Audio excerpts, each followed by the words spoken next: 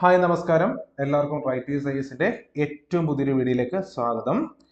നമ്മൾ ഇന്ന് ചർച്ച ചെയ്യാൻ പോകുന്നത് RRB NTPC JE ALP RPF മുതലായ കോമ്പറ്റീറ്റീവ് പരീക്ഷകൾക്ക് എക്കണോമിക്സിന്റെ ഭാഗത്ത് നിന്ന് ചോദിക്കുന്ന ചോദ്യങ്ങളാണ് നമ്മൾ ചർച്ച ചെയ്യാൻ പോകുന്നത്. ഈ ചോദ്യങ്ങൾ ഒരു പ്രീവിയസ് ഇയർ ക്വസ്റ്റ്യൻസ് ആണ്. അപ്പം ഈ വീഡിയോ ഒരു അനാലിസിസ് വീഡിയോ ആണ്. അപ്പോൾ ക്വസ്റ്റ്യൻ പേപ്പർ ഒരു 10 ചോദ്യങ്ങളോളം നമ്മൾ ഇതിനകത്ത് അനലൈസ് ചെയ്യുന്നുണ്ട്. അപ്പം എല്ലാവർക്കും വീഡിയോയിലേക്ക് ഒരിക്കൽ കൂടി സ്വാഗതം. നമ്മൾ സമയം കളയുന്നില്ല, നമുക്ക് നേരെ ക്ലാസ്സിലേക്ക് പോകാം. ശ്രദ്ധിച്ചോളൂ. ഒന്നാമത്തെ ചോദ്യം ഇതാണ്: where is the headquarters of NSE? എവിടെയാണ് NSEയുടെ ആസ്ഥാനം? Where is the headquarters of NSE, that is national stock exchange of India located? എവിടെയാണ് NSEയുടെ ആസ്ഥാനം സ്ഥിതി ചെയ്യുന്നത് എന്നാണ് നമ്മുടെ ചോദ്യം. ഓപ്ഷൻസ് ഇതാണ്: ചെന്നൈ, മുംബൈ, ന്യൂഡൽഹി, പൂനെ. ഓക്കെ, ഇത് 4 ഓപ്ഷൻസ് ആണുള്ളത്. ഇത് പ്രീവിയസ് ചോദ്യം തന്നെയാണ്. അപ്പൊ നമ്മുടെ ആൻസർ എന്ന് പറയുന്നത് മുംബൈ ആണ്. മുംബൈയിലാണ് NSE സ്ഥിതി ചെയ്യുന്നത്. അതായത് നാഷണൽ സ്റ്റോക്ക് എക്സ്ചേഞ്ച് സ്ഥിതി ചെയ്യുന്നത് മുംബൈയിലാണ്. നമുക്കിനി ഇതിന്റെ എക്സ്പ്ലനേഷൻ നോക്കാം. ശ്രദ്ധിച്ചോളൂ. ആദ്യം നമുക്ക് സ്റ്റോക്ക് എക്സ്ചേഞ്ച് എന്ന് പറഞ്ഞാൽ എന്താണെന്നൊന്ന് മനസ്സിലാക്കിയിട്ട് പോവാം. എന്താണ് stock exchange?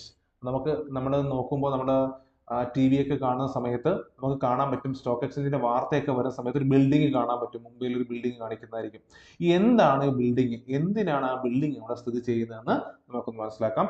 Stock exchange is A market place where financial instruments issued by companies are bought and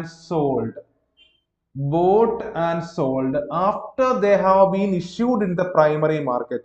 അതായത് ഞാൻ മറ്റൊരു വീഡിയോയിൽ ഇൻവെസ്റ്റ്മെന്റിനെ കുറിച്ചൊക്കെ പറഞ്ഞിട്ടുണ്ടായിരുന്നു. അപ്പം ഒരു കമ്പനിയുടെ ഷെയർ, ഇപ്പൊ ഏതെങ്കിലും ഇപ്പൊ ഒരു X എന്ന് പറഞ്ഞൊരു കമ്പനി എടുത്തു കഴിഞ്ഞാൽ ആ കമ്പനിയുടെ ഷെയർസ് നമ്മൾ സാധാരണഗതിയിൽ ഇൻവെസ്റ്റേഴ്സ് വാങ്ങാറുണ്ട് അല്ലെ.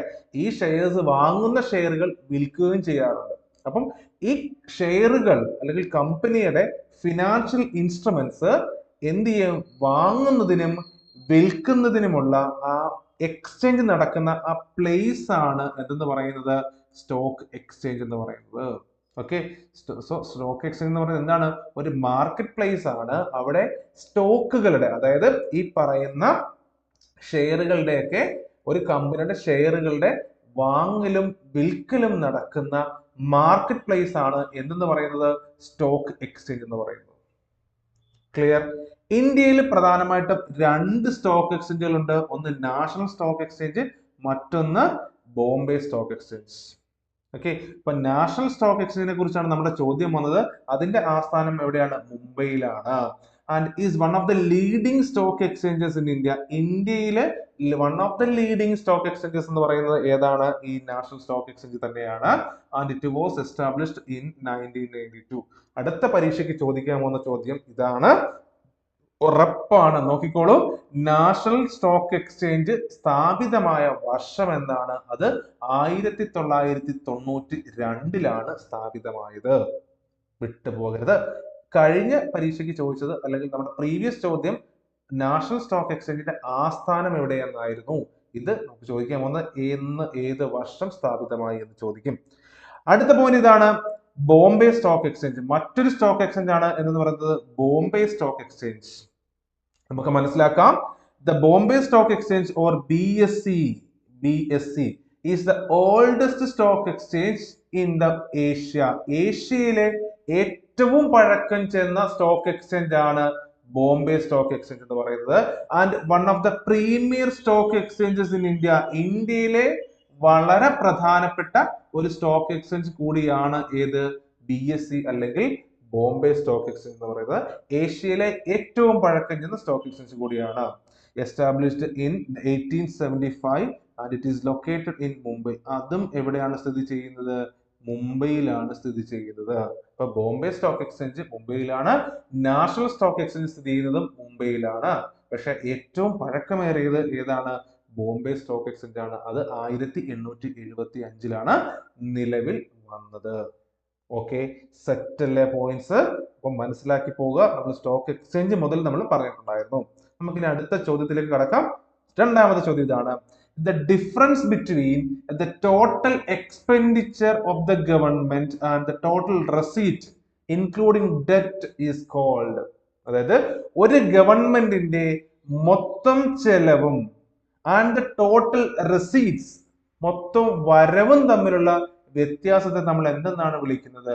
അതായത് മുഴുവൻ എക്സ്പെൻഡിച്ചർ, അതിൽ നിന്ന് അല്ലെന്നുണ്ടെങ്കിൽ എക്സ്പെൻഡിച്ചറിൽ നിന്ന് നമ്മുടെ ഇൻകം, എക്സ്പെൻഡിച്ചറും ഇൻകമും തമ്മിലുള്ള വ്യത്യാസത്തെ നമ്മൾ എന്തെന്ന് വിളിക്കുന്നു? അതിനെയാണ് നമ്മൾ എന്തെന്ന് പറയുന്നത്? ഫിസ്ക്കൽ ഡെഫിസിറ്റ് അല്ലെങ്കിൽ ധനക്കമ്മി എന്ന് പറയുന്നത്. സോ ഫിസ്ക്കൽ ഡെഫിസിറ്റ് എന്ന് പറയുന്നത് is the difference between total expenditure of the government and total receipts including debt. Okay, നമുക്കിനി കൂടുതൽ മനസ്സിലാക്കാം. നേരെ നോക്കിക്കോളൂ, സ്ക്രീനിലേക്ക് നോക്കിക്കോളൂ. The difference between total revenue and total expenditure of the government is called fiscal deficit. നമ്മൾ പറഞ്ഞല്ലേ, അതായത് ഒരു ഗവൺമെന്റിന്റെ മൊത്ത വരുമാനവും മൊത്തം ചെലവ് തമ്മിലുള്ള വ്യത്യാസമാണ് ഫിസ്ക്കൽ ഡെഫിസിറ്റ് എന്ന് പറയുന്നത്. And it is A difference between the total income of the government and total receipts. അതെല്ലാം നമ്മൾ പറഞ്ഞു. അടുത്ത ഫിസ്ക്കൽ ഡെഫിസിറ്റ് കണ്ടുപിടിക്കാനുള്ള ഒരു ഫോർമുല ഉണ്ട്. ആ ഫോർമുല ഇതാണ്: fiscal deficit equal to total expenditure of the government minus total income of the government.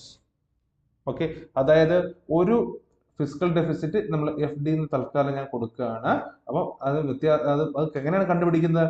Total expenditure minus total income, total expenditure minus total income, അതാണ് ഫിസ്ക്കൽ ഡെഫിസിറ്റ് എന്ന് പറയുന്നത്. Okay, income എന്തൊക്കെയാണ് അല്ലെങ്കിൽ expenditure എന്തൊക്കെയാണ് നമുക്ക് നോക്കാം. Total expenditure എന്ന് പറയുന്നത് capital expenditure and revenue expenditure. Capital expenditure എന്ന് പറഞ്ഞു കഴിഞ്ഞാൽ നമ്മളുടെ രാജ്യത്തെ ഒരു അസറ്റ് നിർമ്മാണത്തിന് വേണ്ടിയിട്ട്, ക്യാപിറ്റൽ എക്സ്പെൻഡിച്ചർ എന്ന് പറഞ്ഞു കഴിഞ്ഞാൽ, ക്യാപിറ്റൽ എന്ന് പറഞ്ഞ ടേം ഒന്ന് ഓർത്തോളൂ. ക്യാപിറ്റൽ എന്ന് പറഞ്ഞു കഴിഞ്ഞാൽ അസറ്റ് നിർമ്മാണം, അതായത് ക്യാപിറ്റൽ എക്സ്പെൻഡിച്ചർ എന്ന് പറഞ്ഞു കഴിഞ്ഞാൽ നമ്മളുടെ രാജ്യത്തിന്റെ അസറ്റ് നിർമ്മാണത്തിന് വേണ്ടിയിട്ട് പണം ചെലവഴിക്കുകയാണെങ്കിൽ അതിനെ നമ്മൾ ക്യാപിറ്റൽ എക്സ്പെൻഡിച്ചർ എന്നാ പറയുക. ഉദാഹരണത്തിന് റോഡ് നിർമ്മാണത്തിന് സർക്കാർ പൈസ മുടക്കുന്നുണ്ടെങ്കിൽ അത് ക്യാപിറ്റൽ എക്സ്പെൻഡിച്ചർ ആണ്. ഒരു ബിൽഡിംഗ് ഉണ്ടാക്കുന്നതിന് വേണ്ടിയിട്ട് സർക്കാർ പൈസ മുടക്കുകയാണെങ്കിൽ അത് ക്യാപിറ്റൽ എക്സ്പെൻഡിച്ചർ ആണ്. ഒരു പാലം പണിയുന്നതിന് വേണ്ടി സർക്കാർ പൈസ മുടക്കുകയാണെങ്കിൽ അത് ക്യാപിറ്റൽ എക്സ്പെൻഡിച്ചർ ആണ്. ഓക്കെ, ഇനി അടുത്തത് അതുപോലെ തന്നെ revenue expenditure, revenue, capital and revenue. Okay, revenue expenditure എന്ന് പറഞ്ഞു കഴിഞ്ഞാൽ ഒരു രാജ്യത്തിന്റെ പ്രവർത്തനങ്ങൾ കൃത്യമായിട്ട് ഓരോ മാസവും അല്ലെങ്കിൽ ഡേ ടു ഡേ ഓപ്പറേഷൻസ് കൃത്യമായി നടന്നു പോകുന്നതിന് വേണ്ടി എത്ര രൂപ സർക്കാർ ചെലവഴിക്കുന്നു, അതിനെയാണ് റവന്യൂ എക്സ്പെൻഡിച്ചർ എന്ന് പറയുന്നത്. ഉദാഹരണം, salary of the government employees. Okay, government എംപ്ലോയീസിന് സാലറി കൊടുക്കുന്നത് എന്താണ്? അത് റവന്യൂ എക്സ്പെൻഡിച്ചർ ആണ്. അപ്പൊ ക്യാപിറ്റൽ എക്സ്പെൻഡിച്ചർ എന്ന് വെച്ച് കഴിഞ്ഞാൽ അസറ്റ് നിർമ്മാണവും, റവന്യൂ എക്സ്പെൻഡിച്ചർ എന്ന് പറയുന്നത് ഡേ ടു ഡേ ഓപ്പറേഷൻസിന് വേണ്ട ചെലവുകളുമാണ്, minus total income of the government. അപ്പൊ അത് ഇനി രാജ്യത്തിന്റെ വരുമാനം എന്തൊക്കെയാണ്? റവന്യൂ റെസീറ്റ്സ്, അതായത് ഒരു രാജ്യത്തിന്റെ ടാക്സിൽ നിന്ന് കിട്ടുന്ന വരുമാനങ്ങൾ, റിക്കവറി ഓഫ് ലോൺ, ലോണൊക്കെ തിരിച്ചടയ്ക്കുമ്പോൾ കിട്ടുന്നത് പൈസ, ആൻഡ് അതർ റെസീറ്റ്സ്, മറ്റ് റെസീറ്റുകൾ. അപ്പം വരുമാനവും അല്ലെങ്കിൽ ചെലവും വരുമാനവും തമ്മിലുള്ള വ്യത്യാസത്തെയാണ് നമ്മൾ ഫിസ്ക്കൽ ഡെഫിസിറ്റ് എന്ന് പറയുന്നത്. ഈ ഫോർമുല ഒന്ന് ഓർത്ത് വെച്ചോണം, വളരെ ഇമ്പോർട്ടന്റ് ആണ്. Okay, total expenditure minus total income of the government, that is fiscal deficit. Set അല്ലേ? പോയിന്റ്സ് സിമ്പിൾ ആണ്, വളരെ സിമ്പിൾ ആണ്. നമുക്ക് നോക്കാം, അടുത്ത ചോദ്യത്തിലേക്ക് പോവാം. മൂന്നാമത്തെ ചോദ്യം ഇതാണ്: in the context of GST framework. GST എന്ന് പറയുന്ന ഒരു ടാക്സേഷൻ പോളിസിയെ കുറിച്ച് മനസ്സിലാക്കുമ്പോൾ what is the full form of SGST? ഇപ്പൊ GST പഠിക്കുന്ന സമയത്ത് നമ്മൾ പഠിക്കുന്ന ഒരു ടേം ആണ് SGST എന്ന് പറയുന്നത്. എന്താണ് SGST എന്ന് പറയുന്നത്? അതിന്റെ ഫുൾ ഫോം എന്താണെന്നാണ് നമ്മുടെ ചോദ്യം. റിപ്പീറ്റ് ചോദ്യമാണ്, ചോദിക്കും, ഉറപ്പാണ് ഈ ഭാഗത്തുനിന്നൊരു ചോദ്യം. Statutory goods and services tax, special goods and services tax, systemic goods and services tax and state goods and services tax. ഇതാണ് ശരിയായ ഉത്തരം. SGST എന്ന് പറഞ്ഞു കഴിഞ്ഞാൽ state goods and services tax. നിങ്ങൾക്ക് GSTയുടെ ഫുൾ ഫോം അറിയാമല്ലോ. GST എന്താണ്? ഗുഡ്സ് ആൻഡ് സർവീസസ് ടാക്സ്, അതാണ് GST എന്ന് പറയുന്നത്. GST എന്ന് പറയുന്നത്. SGST എന്ന് പറഞ്ഞാൽ അതിനൊപ്പം സ്റ്റേറ്റ് എന്നുകൂടി അങ്ങ് ആഡ് ചെയ്താൽ മതി. State goods and services tax, അതാണ് SGST എന്ന് പറയുന്നത്. അപ്പൊ നമുക്ക് GST കുറിച്ച് കുറച്ച് കാര്യങ്ങളൊന്ന് മനസ്സിലാക്കാം. GST എന്താണെന്ന് നോക്കി കഴിഞ്ഞാൽ GST goods and service tax is an indirect tax. Introduced in 2017. 2017 introduce ചെയ്യപ്പെട്ട ഇൻഡയറക്റ്റ് ടാക്സ് ആണ്, പരോക്ഷ നികുതിയാണ്. ഓർത്തു വെച്ചോളൂ, GST is an indirect tax. The primary purpose of GST was to abolish multiple tax structures in the country. എന്തിനാണ് ഈ ഒരു taxation policy കൊണ്ടുവന്നതെന്ന് ചോദിച്ചു കഴിഞ്ഞാൽ, നമ്മുടെ രാജ്യത്തെ ഇതിന് മുമ്പ് GST വരുന്നതിനുള്ള മുമ്പുള്ള നികുതി സംവിധാനം എന്ന് പറയുന്നത് പല തരത്തിലുള്ള ടാക്സുകളായിരുന്നു. പരോക്ഷ നികുതിയാണെങ്കിലും പ്രത്യക്ഷ നികുതിയാണെങ്കിലും ഡയറക്റ്റ് ടാക്സ് ആണെങ്കിലും ഇൻഡയറക്റ്റ് ടാക്സ് ആണെങ്കിലും പല തരത്തിലുള്ള ടാക്സുകളായിരുന്നു. ഇത് പല സ്റ്റേറ്റുകളിലും പല രീതിയിലായിരുന്നു, പല നിരക്കുകളായിരുന്നു. ഓക്കെ, അപ്പൊ ഗവൺമെന്റ് തീരുമാനിക്കുന്നു ഈ പലതരത്തിലുള്ള ടാക്സ് എല്ലാം ഒഴിവാക്കിയിട്ട് ഇതിനെയെല്ലാം ഒറ്റ നികുതി GST എന്ന് പറയുന്ന ഒരു വലിയ അണ്ടറിൽ കൊണ്ടുവരാൻ തീരുമാനിക്കുന്നു. അങ്ങനെ GSTയിൽ ഒരുപാട് ടാക്സുകൾ ചേരുന്നുണ്ട്, ഒരുപാട് പരോക്ഷ നികുതികൾ ചേരുന്നതാണ് GST എന്ന് പറയുന്നത്. Okay, the central concept of GST was to bring one country under one tax regime. എന്തായിരുന്നു ഇതിന്റെ ലക്ഷ്യം എന്ന് ചോദിച്ചു കഴിഞ്ഞാൽ, GSTയുടെ ലക്ഷ്യം എന്ന് പറയുന്നത് നമ്മളുടെ രാജ്യത്ത് ഒരൊറ്റ രാജ്യം ഒരൊറ്റ നികുതി എന്നുള്ളതായിരുന്നു. One country one tax regime, അതായിരുന്നു ലക്ഷ്യം എന്ന് പറയുന്നത്. അപ്പൊ GST വന്നതോടുകൂടി ഒരുപാട് ടാക്സേഷൻസ് എന്ത് ചെയ്തു, GSTക്കുള്ളിലെത്തി. ഓക്കെ, അടുത്ത നമുക്ക് നോക്കാം. പലതരത്തിലുള്ള GST ഉണ്ട്. അതിലൊന്നാണ് IGST എന്ന് പറയുന്നത്. IGST അതിനെ നമ്മൾ പറയുന്ന പേരാണ് integrated goods and services tax. ഇപ്പൊ നമ്മൾ GST പരിഗണിക്കുമ്പോൾ ഓക്കെ, അതിനെ നമ്മൾ പല തരത്തിൽ തിരിച്ചിട്ടുണ്ടാവും. അതിലൊന്നാണ് IGST എന്ന് പറയുന്നത്, integrated goods and services tax or IGST. നമുക്ക് നോക്കാം. The integrated goods and services tax or IGST is a tax under the GST regime applied on interstate between two states supply of goods or services and on import and exports. അതായത് ഒരു സ്റ്റേറ്റിൽ നിന്ന്, ഇപ്പൊ നമ്മൾ കേരളത്തിൽ നിന്ന്, ഇപ്പൊ കേരള തമിഴ്നാട്ടിലേക്ക് നമ്മൾ കുറെ സാധനങ്ങൾ എന്ത് ചെയ്യണം, ട്രാൻസാക്ഷൻ നടത്തുകയാണ്, അല്ലെങ്കിൽ നമ്മൾ ട്രേഡ് ചെയ്യുകയാണ്. ആ സമയത്ത് ചുമത്തപ്പെടുന്ന ടാക്സ് ആണ് IGST എന്ന് പറയുന്നത്, integrated goods and services tax. അതായത് ഇന്റർ സ്റ്റേറ്റ്, രണ്ട് സ്റ്റേറ്റുകൾ തമ്മിലുള്ള ട്രാൻസാക്ഷന് വേണ്ടി വരുന്ന, അല്ലെങ്കിൽ രണ്ട് സ്റ്റേറ്റുകൾ തമ്മിൽ നടത്തുന്ന ട്രാൻസാക്ഷന് ചുമത്തപ്പെടുന്ന GST ആണ് IGST, അല്ലെങ്കിൽ ഇന്റഗ്രേറ്റഡ് ടാക്സ്, അല്ലെങ്കിൽ integrated goods and service tax എന്ന് പറയുന്നത്. ഓക്കെ, അടുത്തതാണ് SGST. അത് നമ്മൾ പറഞ്ഞു കഴിഞ്ഞു അല്ലെ, state goods and services tax എന്ന് പറയുന്നത്. The state goods and services tax or SGST is a tax under the GST regime that is applicable on intrastate within the same state. ഇപ്പൊ കേരളത്തിനുള്ളിൽ തന്നെ നമ്മൾ കേരളത്തിലെ ഒരു ജില്ലയിൽ, തിരുവനന്തപുരം ജില്ലയിൽ നിന്ന് കൊല്ലം ജില്ലയിലേക്ക് നമ്മൾ സാധനങ്ങൾ ട്രേഡ് ചെയ്യുമ്പോൾ ചുമത്തപ്പെടുന്ന നികുതിയാണ് SGST എന്ന് പറയുന്നത്. ഓക്കെ, സോ ഇൻട്രാസ്റ്റേറ്റ്, അതായത് വിത്തിൻ ദ സ്റ്റേറ്റ് ട്രാൻസാക്ഷൻ ആണെന്നുണ്ടെങ്കിൽ SGST, ഇന്റർ സ്റ്റേറ്റ് ട്രാൻസാക്ഷൻസ് ആണെന്നുണ്ടെങ്കിൽ IGST. ഓർത്ത് വെച്ചോളുക. പിന്നെ മറ്റൊരു പോയിന്റ് കൂടി നോക്കുക. In the case of an intrastate supply of goods or services both state GST and central GSTs are levied. Okay, അപ്പം മറ്റൊരു കാര്യം കൂടി ഓർക്കുക, നമ്മൾ കേരളത്തിനുള്ളിൽ തന്നെ, അല്ലെങ്കിൽ തമിഴ്നാടിനുള്ളിൽ തന്നെ, അല്ലെങ്കിൽ കർണാടകയ്ക്കുള്ളിൽ തന്നെ ട്രേഡ് നടത്തുമ്പോൾ രണ്ട് ടാക്സ് അവിടെ പിടിക്കുന്നുണ്ട്. ഏതൊക്കെയാണ്? State goods and services tax and central goods and services tax. SGSTയും CGSTയും ചുമത്തപ്പെടുന്നുണ്ട് സ്റ്റേറ്റിനുള്ളിലാണെങ്കിൽ. ഓക്കെ, രണ്ട് സ്റ്റേറ്റുകൾ തമ്മിലാണെന്നുണ്ടെങ്കിൽ IGST. ഓക്കെ, സെറ്റ് അല്ലേ പോയിന്റ്സ്, ക്ലിയർ അല്ലേ പോയിന്റ്സ്, ഓർത്തോളൂ. ഇനി മറ്റൊന്നും കൂടിയുണ്ട്, അതാണ് CGST, അല്ലെങ്കിൽ central goods and service tax എന്ന് പറയുന്നത്. അതൊന്നും ഈ പറയുന്ന പോലെ സ്റ്റേറ്റ് GST പോലെ തന്നെയാണ്. Just like state GST, the central goods and services tax of or CGST is a tax under the GST regime that is applicable on intrastate transaction. Intrastate, ഇപ്പൊ കേരളത്തിനുള്ളിൽ തന്നെ.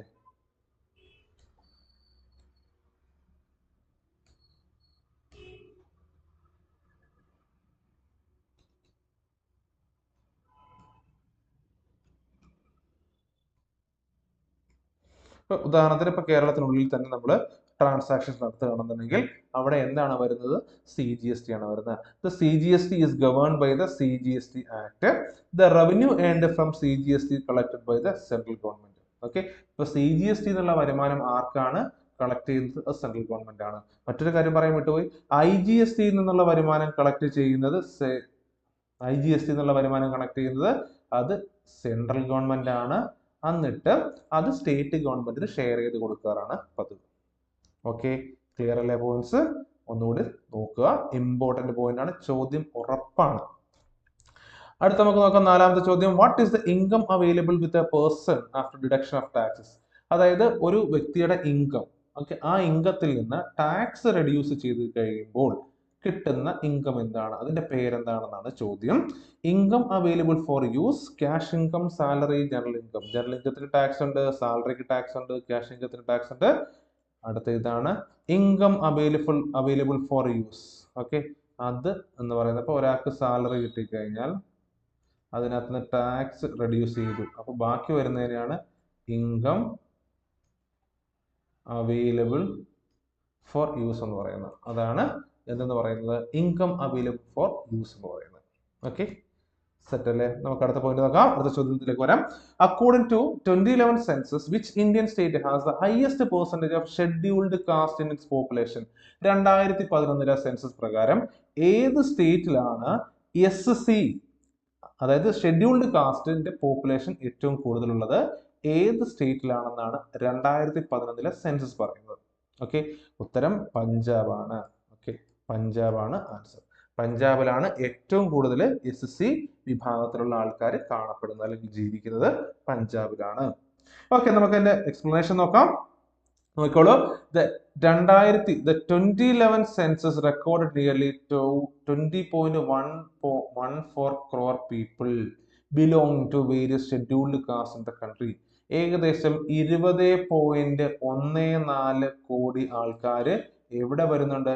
SC കാസ്റ്റ് വിഭാഗത്തിൽ വരുന്നുണ്ട് നമ്മുടെ മൊത്തം രാജ്യത്തിൽ. Okay, അപ്പൊ നമ്മുടെ രാജ്യത്തെ മൊത്തം കണക്കെടുത്ത് നോക്കുമ്പോൾ ഏകദേശം 20.14 കോടി ജനങ്ങൾ SC കമ്മ്യൂണിറ്റിയിലാണ്. The highest SC population 31.9% of the state total number is in Punjab. Okay, അതുപോലെ തന്നെ ഹയസ്റ്റ് SC പോപ്പുലേഷൻ ഉള്ളത് എവിടെയാണ്? അത് പഞ്ചാബിലാണ്. ഓർത്തു വെച്ചോളൂ, പഞ്ചാബിലാണ്. Lakshadweep has the highest proportion of STs at 94.8%. അതുപോലെ തന്നെ ലക്ഷദ്വീപിലാണ് ഏറ്റവും കൂടുതൽ ST പോപ്പുലേഷൻ കാണപ്പെടുന്നത്. ഏറ്റവും കൂടുതൽ SC പോപ്പുലേഷൻ കാണപ്പെടുന്നത് പഞ്ചാബിലും ഏറ്റവും കൂടുതൽ ST പോപ്പുലേഷൻ കാണപ്പെടുന്നത് ലക്ഷദ്വീപിലുമാണ്. ഇനി നമുക്ക് കുറച്ച് അഡീഷണൽ ഇൻഫർമേഷൻ നമുക്ക് നോക്കാം. ഇനി നമുക്ക് സെൻസസ് എന്താണെന്ന് നമുക്ക് നോക്കാം. Census is A survey that is conducted on all observation objects that are part of our particular population or universe. അതായത് നമ്മുടെ പോപ്പുലേഷനുമായിട്ട് ബന്ധപ്പെട്ട് ഒരു പ്രദേശത്ത് അല്ലെങ്കിൽ ഒരു രാജ്യത്ത് ജീവിക്കുന്ന ജനങ്ങളുമായിട്ട് ബന്ധപ്പെട്ടിട്ടുള്ള കാര്യങ്ങളുടെ കണക്കെടുപ്പിനെയാണ് നമ്മൾ എന്തെന്ന് പറയുന്നത്? സെൻസസ് എന്ന് പറയുന്നത്. The first comprehensive census was done in 1881. ആദ്യത്തെ കോംപ്രിഹെൻസീവ് സെൻസസ് നടപ്പിലാക്കപ്പെടുന്നത് 1881-ലാണ്. But it had been conducted in India every 10 years since 1872. അതായത് പക്ഷെ ഒരു 1872 ശേഷം ഇത് ഓരോ 10 വർഷം കൂടുന്തോറും നടത്തിക്കൊണ്ടിരിക്കുന്നു ഈ സെൻസസ് എന്ന് പറയുന്നത്. While British viceroy Lord Mayo was in charge.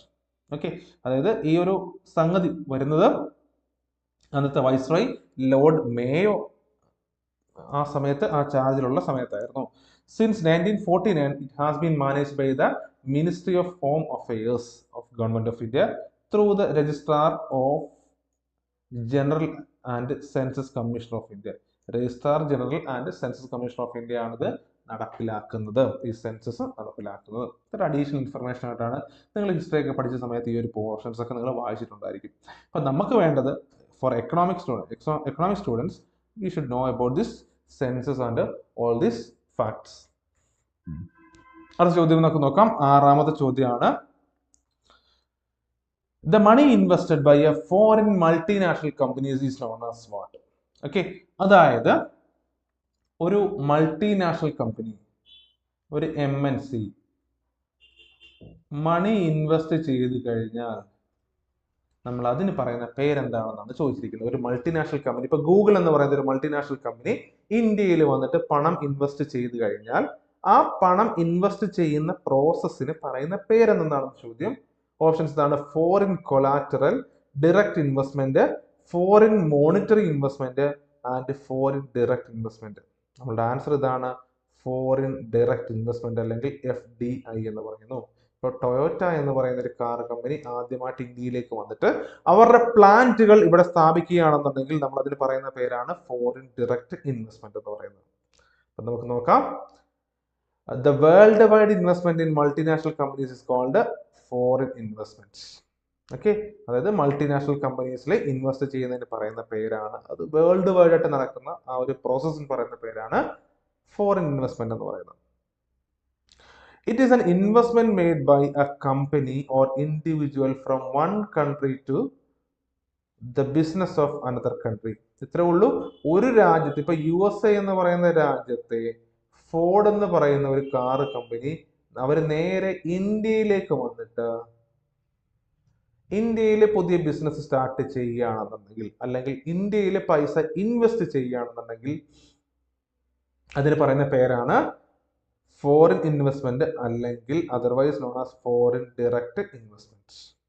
Okay, it is an important factor in economic growth in the country. ഇത് ഒരു രാജ്യത്തിന്റെ എക്കണോമിക് ഗ്രോത്തിന്റെ ഏറ്റവും പ്രധാനപ്പെട്ട ഒരു കാര്യമാണ് എന്ന് പറയുന്നത് ഈ ഫോറിൻ ഡയറക്റ്റ് ഇൻവെസ്റ്റ്മെന്റ് എന്ന് പറയുന്നത്. In foreign direct investment, a foreign entity acquires shares or ownership in the company and can influence day-to-day businesses and operations. Okay, it is not an only inflow of money but also technology, skills and expertise. Okay, ഇത് foreign direct investment എന്ന് പറയുമ്പോൾ നമ്മൾ simply കരുതരുത് കുറെ പൈസ invest ചെയ്യപ്പെടുകയാണ് എന്ന് കരുതരുത്. അത് മാത്രമല്ല, ആ ഒരു കമ്പനിയുടെ ടെക്നോളജിയും അവരുടെ സ്കിൽസും എക്സ്പെർട്ടൈസും എല്ലാം മറ്റൊരു രാജ്യത്തേക്ക് മാറുകയാണ്. It is one of the major vase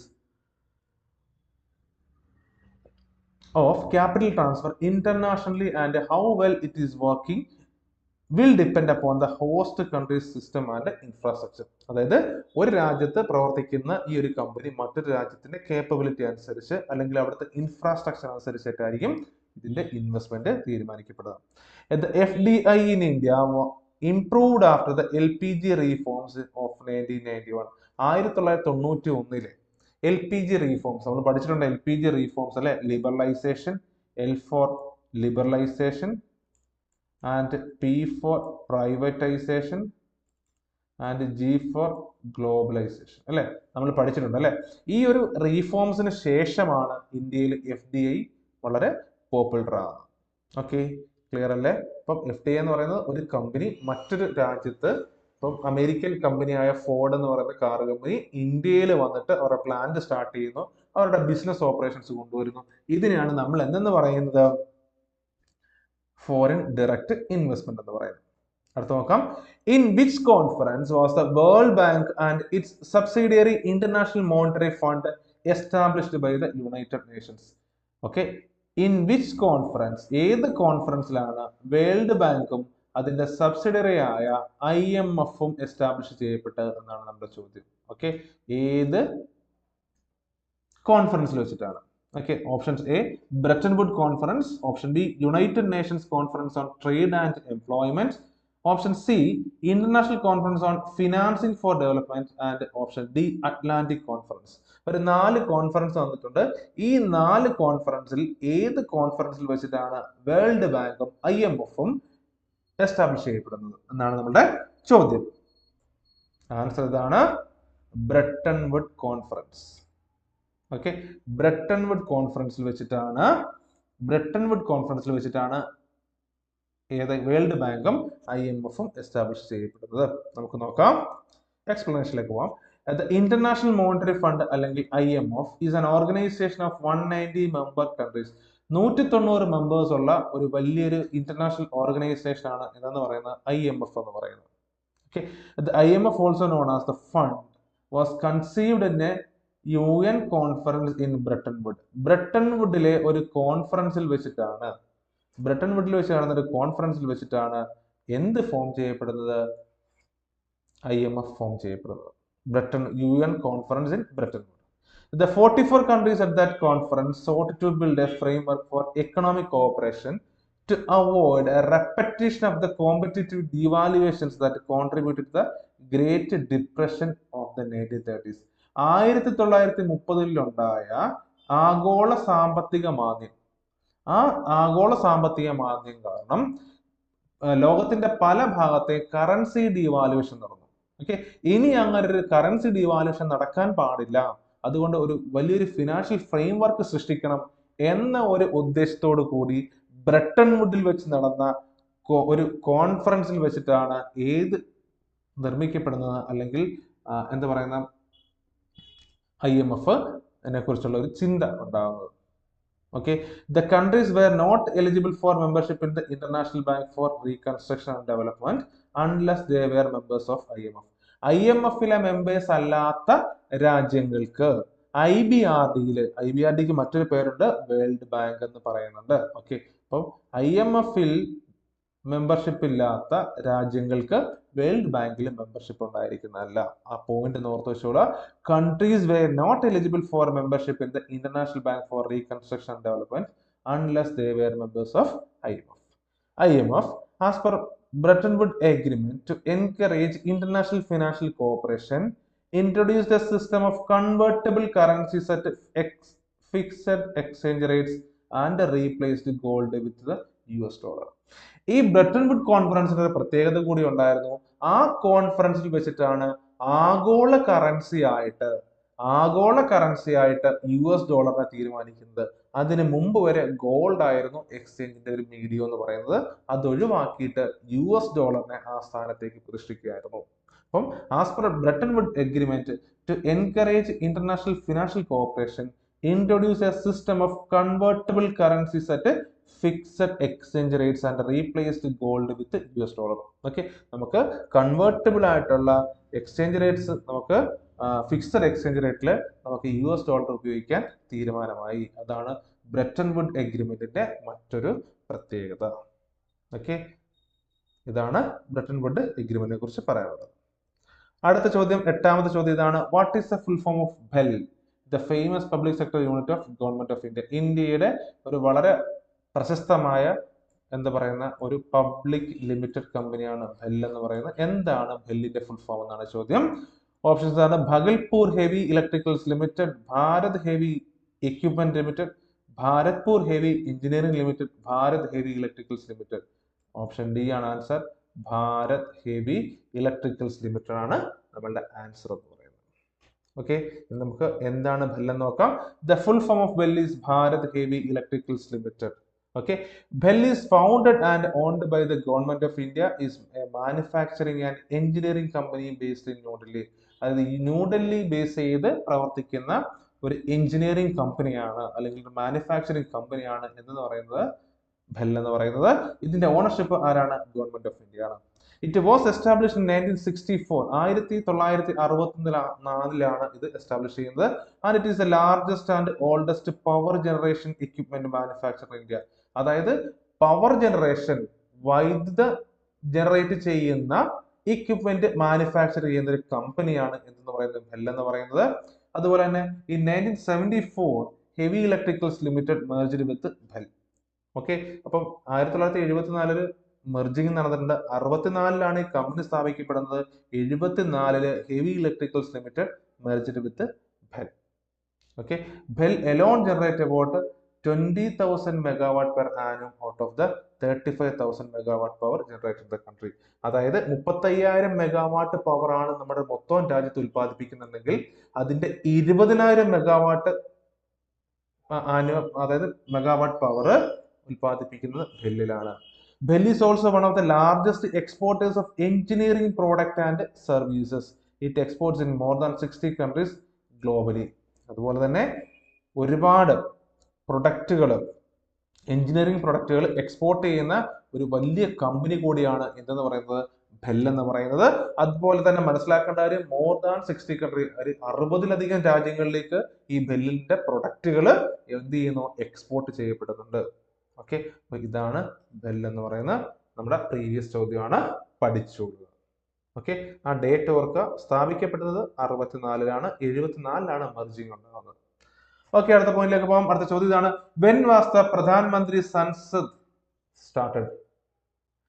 പ്രധാനമന്ത്രി സൻസദ് ആദർശ് യോജന, സൻസദ് നമ്മളതിനെ സാഗി എന്ന്. ഓക്കെ, നമുക്ക് ഡേറ്റ് ആൻസറിലേക്ക് വരുന്നതിന് മുമ്പ് നോക്കാം.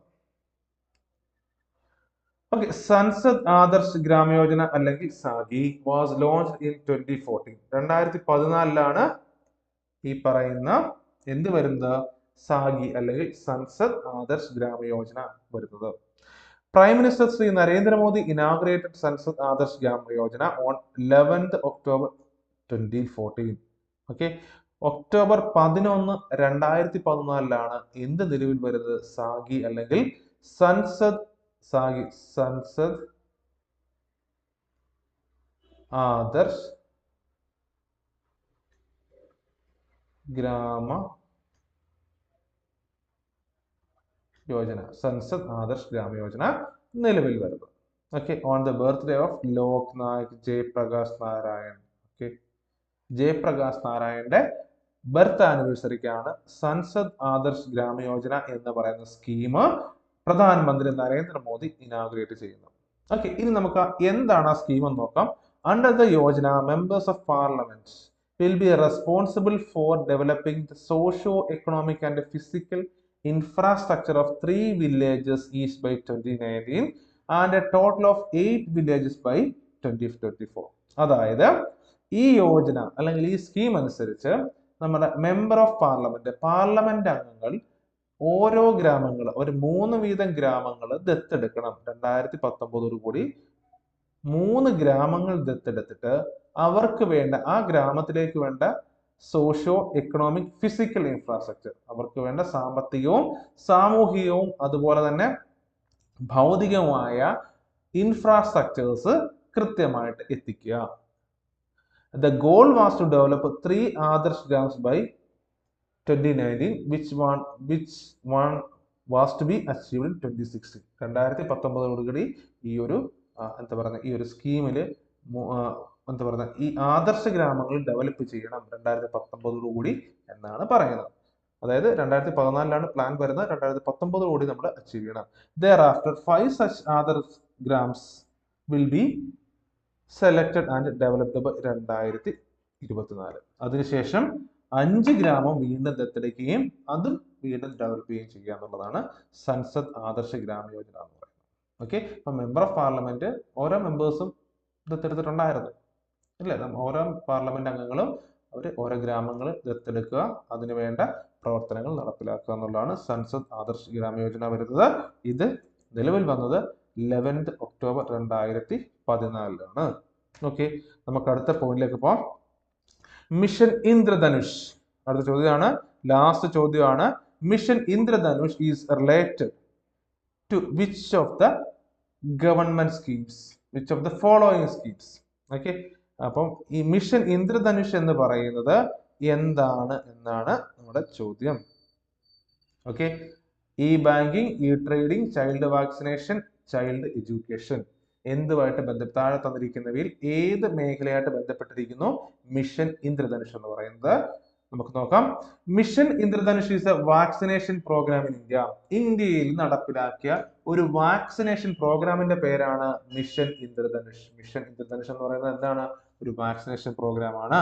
ഇത് നടപ്പിലാക്കിയത് 2014. Okay, mission Indradhanush was officially launched by former union minister JP Nadda. JP Nadda എന്ന് പറയുന്ന മുൻ യൂണിയൻ ഹെൽത്ത് മിനിസ്റ്റർ ആണ് ഈ ഒരു സ്കീം കൊണ്ടുവരുന്നത്. Mission Indradhanush aims to cover children against 7 vaccine preventable diseases. അതായത് കുത്തിവയ്പ്പിലൂടെ ഒഴിവാക്കാൻ പറ്റുന്ന അസുഖങ്ങള്, കുട്ടികളുടെ അസുഖങ്ങൾ കവർ ചെയ്യുക എന്നുള്ളതാണ് ഈ പറയുന്ന മിഷൻ ഇന്ദ്രധനുഷിന്റെ ലക്ഷ്യം എന്ന് പറയുന്നത്. The 7 vaccine preventable diseases under mission Indradhanush are. അതായത് ഈ മിഷൻ ഇന്ദ്രധനുഷിലൂടെ നമ്മൾ ഒഴിവാക്കുന്ന, അതായത് എന്താ പറയുക, വാക്സിനേഷനിലൂടെ നമ്മൾ ഒഴിവാക്കുന്ന അസുഖങ്ങൾ താഴെ പറയുന്നവയാണ്. ഏതൊക്കെയാന്ന് നോക്കാം. ഡിഫ്തീരിയ ഉണ്ട്, ഹെപ്പറ്റൈറ്റിസ് ബി ഉണ്ട്, polio, whooping cough, tetanus, tuberculosis, measles. അങ്ങനെ ഇത്രയും അസുഖങ്ങൾ ഒഴിവാക്കണം, അസുഖങ്ങൾ വരാൻ പാടില്ല എന്ന ലക്ഷ്യത്തോടു കൂടി വന്ന പദ്ധതിയാണ്, അല്ലെങ്കിൽ പദ്ധതിയാണ് നമ്മൾ ഇന്ന് വിളിക്കുന്നത് മിഷൻ ഇന്ദ്രധനുഷ് എന്ന് പറയുന്നത്. സോ മിഷൻ ഇന്ദ്രധനുഷ് എന്ന് പറയുന്ന ഒരു വാക്സിനേഷൻ പ്രോഗ്രാം ആണ്. Mission Indradhanush covers 201 district in India during the initial phase. അതിന്റെ തുടക്ക സമയത്ത് ഇന്ത്യയിൽ 201 ജില്ലകൾ കവർ ചെയ്യണമെന്നായിരുന്നു ലക്ഷ്യം. Intensified mission Indradhanush was launched by the prime minister Narendra Modi on 8th October 2017. Okay, mission Indradhanush 2.0 അത് കുറച്ചുകൂടെ അപ്ഡേറ്റ് ചെയ്തൊരു വേർഷൻ വന്നിട്ടുണ്ട്. Mission Indradhanush 2.0 is targeted to achieve full immunization coverage in 272 districts in 27 states. Okay, 272 ജില്ലകളിലേക്ക് കൂടി ഇത് വ്യാപിക്കുന്നതിന് വേണ്ടിയിട്ട് ഈ പറയുന്ന മിഷൻ ഇന്ദ്രധനുഷിനെ നമ്മൾ മിഷൻ ഇന്ദ്രധനുഷ് 2.0 എന്ന് പറയുന്ന ഒരു അപ്ഡേറ്റഡ് വേർഷനിലേക്ക് കൂടി നമ്മൾ എത്തിച്ചിട്ടുണ്ടായിരുന്നു. ഓക്കെ, ഇത്രയാണ് നമ്മൾ പറയുന്നത്. ഓക്കെ, ഈ ഒരു 10ാമത്തെ ചോദ്യത്തോടുകൂടി നമ്മുടെ ഇന്നത്തെ ക്ലാസ് നമ്മൾ അവസാനിക്കുകയാണ്.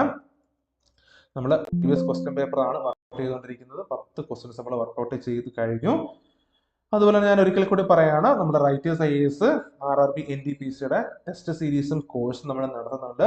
അപ്പം നിങ്ങൾ ഈ കൊടുത്തിട്ടുള്ള നമ്പറുകളിൽ നിങ്ങൾ ബന്ധപ്പെട്ടാൽ കോഴ്സിന്റെ വിവരങ്ങൾ നിങ്ങൾക്ക് അറിയാൻ പറ്റുന്നതായിരിക്കും. വളരെ മിതമായ ഒരു ഫീസിൽ നടത്തപ്പെടുന്ന കോഴ്സുകളും ക്ലാസ്സുകളും അതുപോലെ തന്നെ പരീക്ഷകളുമാണ്. നിങ്ങൾക്ക് ഒരുപാട് ബെനിഫിറ്റ് ആകുന്ന തരത്തിലാണ് നമ്മുടെ കോഴ്സ് ഡിസൈൻ ചെയ്തിട്ടുള്ളത്. ഓക്കെ, അപ്പം നിങ്ങൾ എല്ലാവരും വീഡിയോ കാണുക, പഠിക്കുക, നല്ല രീതിയിൽ വരിക. നമുക്ക് finally end of the day നമ്മൾ ജോലി നേടുക. ഓക്കെ, അപ്പം എല്ലാവർക്കും ആശംസകൾ. Thank you for watching this video. Thank you so much.